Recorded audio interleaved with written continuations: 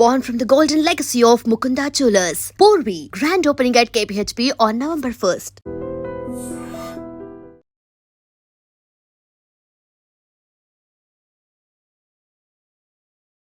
నమస్తే, welcome to iDream talking point with కవిత.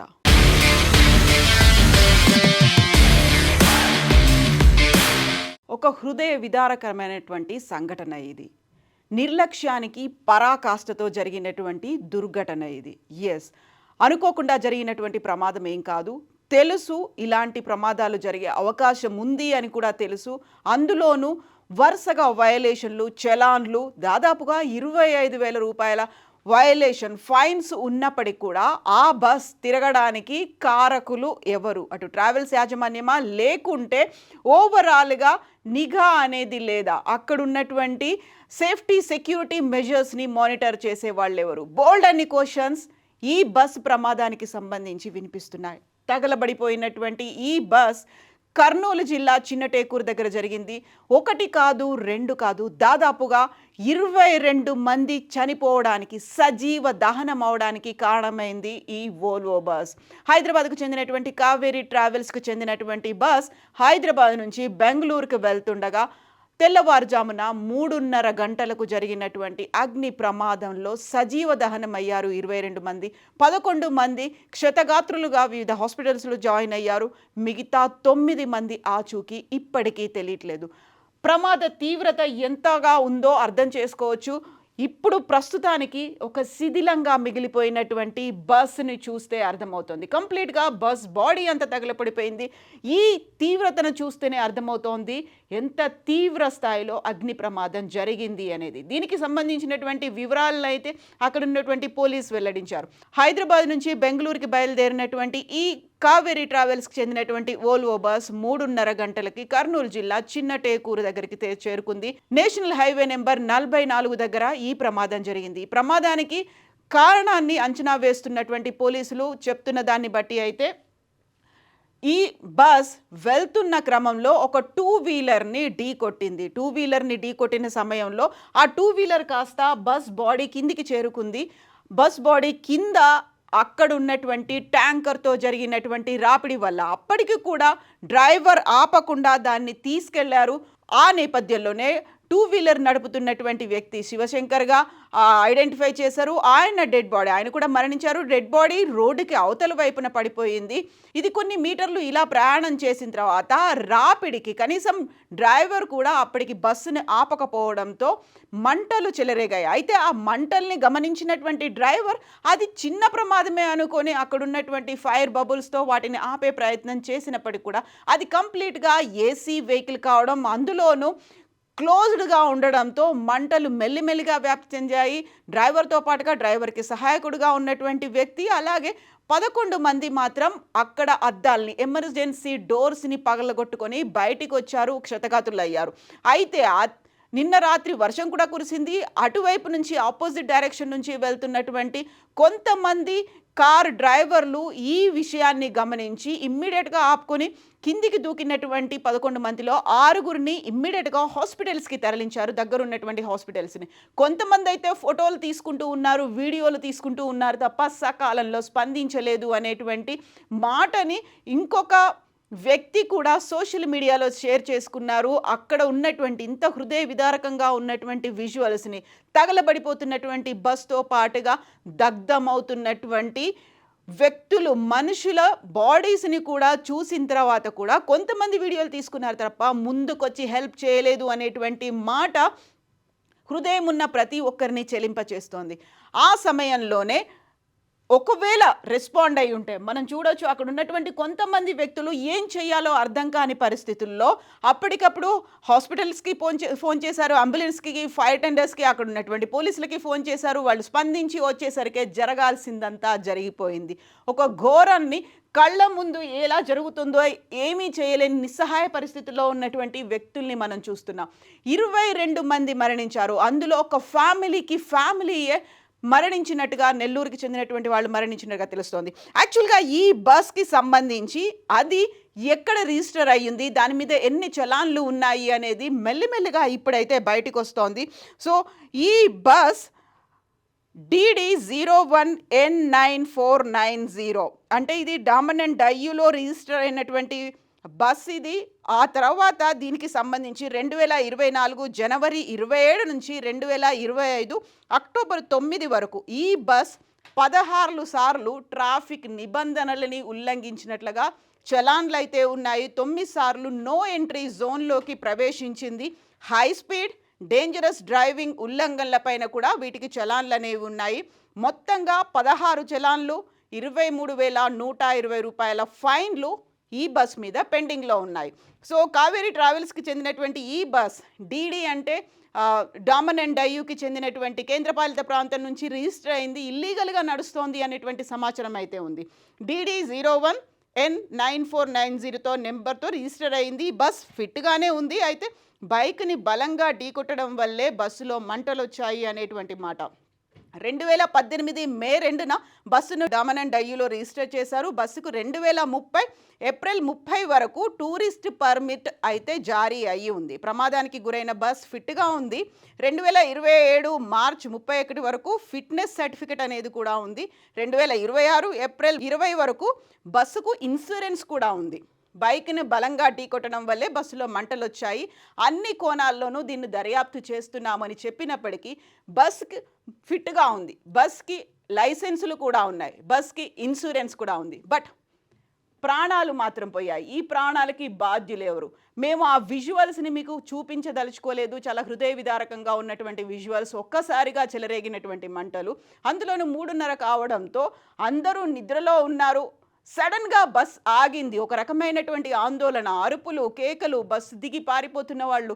అయితే అద్దాలు పగలగొట్టుకోలేక, బయటికి రాలేక అక్కడ హాహాకారాలు చేస్తూ మరణించి సజీవ దహనమైనటువంటి వాళ్ళని గుర్తు చేసుకుంటే ఏ ఒక్కరికి నిద్ర పట్టని పరిస్థితి.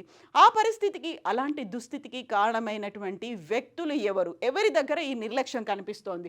ఒకసారి మనం ఈ ఫ్యామిలీకి సంబంధించి నెల్లూరుకి చెందినటువంటి ఒక ఫ్యామిలీయే చనిపోయినటువంటి పరిస్థితి అయితే కనిపిస్తోంది. ఇక్కడ నెల్లూరు జిల్లాకి చెందినటువంటి కపుల్ ఉన్నారు. వాళ్ళిద్దరు పిల్లలు కూడా గొల్లవారిపల్లికి చెందినటువంటి గొల్ల రమేష్ 35 సంవత్సరాలు, అనూషకి 30 ఏళ్ళు. ఆ తర్వాత ఇద్దరు పిల్లలు మన్విత అండ్ మనీష్. ఈ నలుగురు మరణించారు. యాక్చువల్గా వాళ్ళు బెంగళూరులో సెటిల్ అయ్యారు. హైదరాబాద్లో ఒక శుభకార్యానికి హాజరయ్యి వెళ్తున్నారు. మళ్ళీ తిరిగి బెంగళూరుకి వెళ్తున్నటువంటి క్రమంలోనే వారు మరణించినటువంటి సంఘటన ఇది.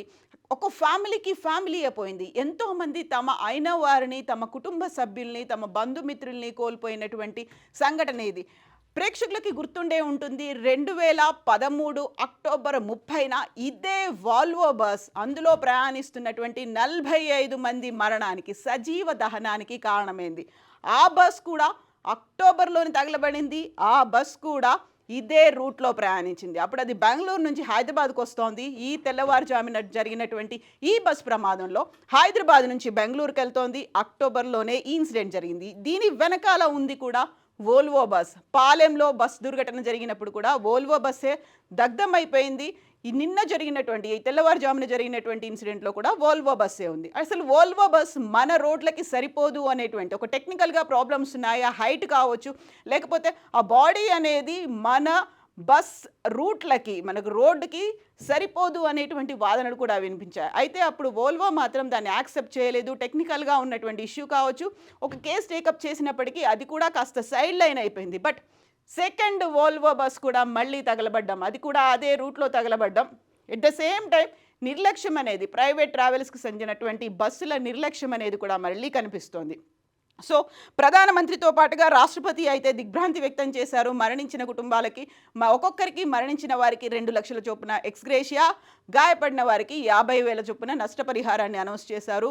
మెరుగైన వైద్య చికిత్సలు అందించాలని అంతా ప్రభుత్వమే భరిస్తుంది అన్నట్టుగా ప్రధానమంత్రి, రాష్ట్రపతి, ముఖ్యమంత్రుల దగ్గర నుంచి వస్తున్నటువంటి సందేశాలు అయితే కనిపిస్తున్నాయి. బట్ జరగాల్సింది ఎక్కడుంది? లోపం ఎక్కడ జరుగుతోంది? రవాణా శాఖ నిర్లక్ష్యం ఉందా, లేకపోతే ఇలాంటి ఇల్లీగల్గా ఒక దందా నిర్వహిస్తున్నటువంటి ట్రావెల్స్కి సంబంధించి జరగాల్సినటువంటి మార్పు ఎప్పుడు జరుగుతోంది? వరుస ప్రమాదాలు అయితే జరుగుతున్నాయి, ప్రాణాలు కోల్పోతున్నారు, సజీవ దహనమవుతున్నటువంటి సంఘటనలు, కుటుంబాలే మాయమైపోతున్నప్పుడు ఎవరు జాగ్రత్తలు తీసుకోవాల్సినటువంటి అవసరం ఉంది. మానిటరింగ్ ఎక్కడ జరుగుతోంది, అసలు వోల్వో బస్ దీనికి సంబంధించి ఇంకా ఇప్పటిదాకా ఎందుకని రెస్పాండ్ అవ్వలేదు?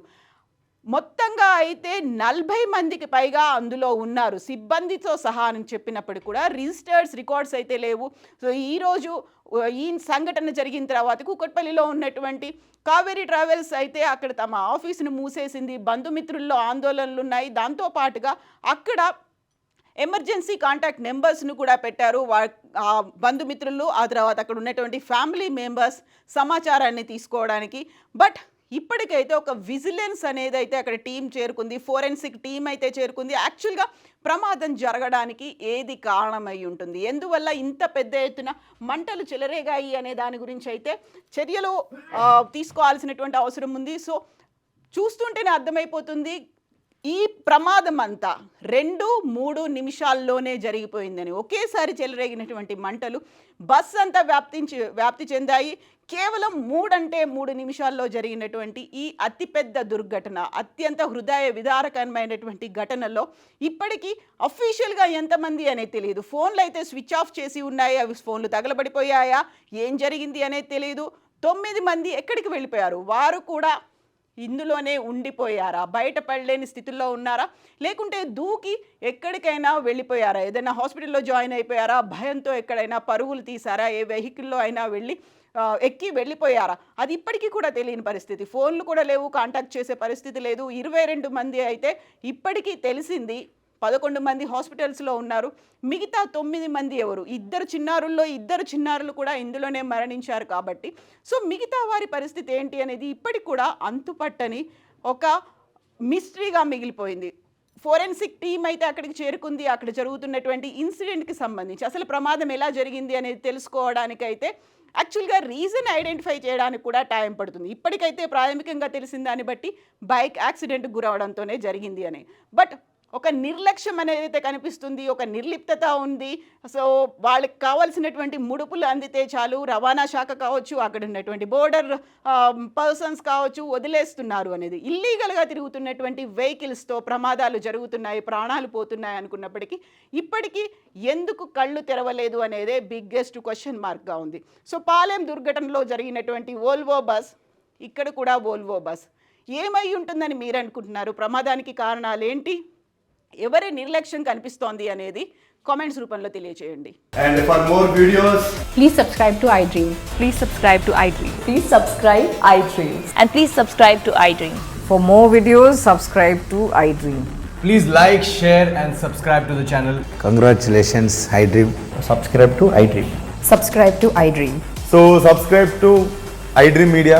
iDream ki iDream team andarki huge congratulations. Please subscribe iDream Media. Please subscribe to iDream. Subscribe iDream. Please subscribe to iDream. iDream అంటే నా కళల ఛానల్ను సబ్స్క్రైబ్ చేసుకున్న నోరు తిరుగుతలేదు, మీరైతే గంట గుర్తు కొట్టండి. For more such videos, please subscribe to iDream. Subscribe to iDream. Please subscribe to iDream. Please subscribe iDream Media. Please do subscribe to iDream. Please subscribe to iDream Media. For best entertainment and information, please subscribe iDream. And don't forget to subscribe to iDream.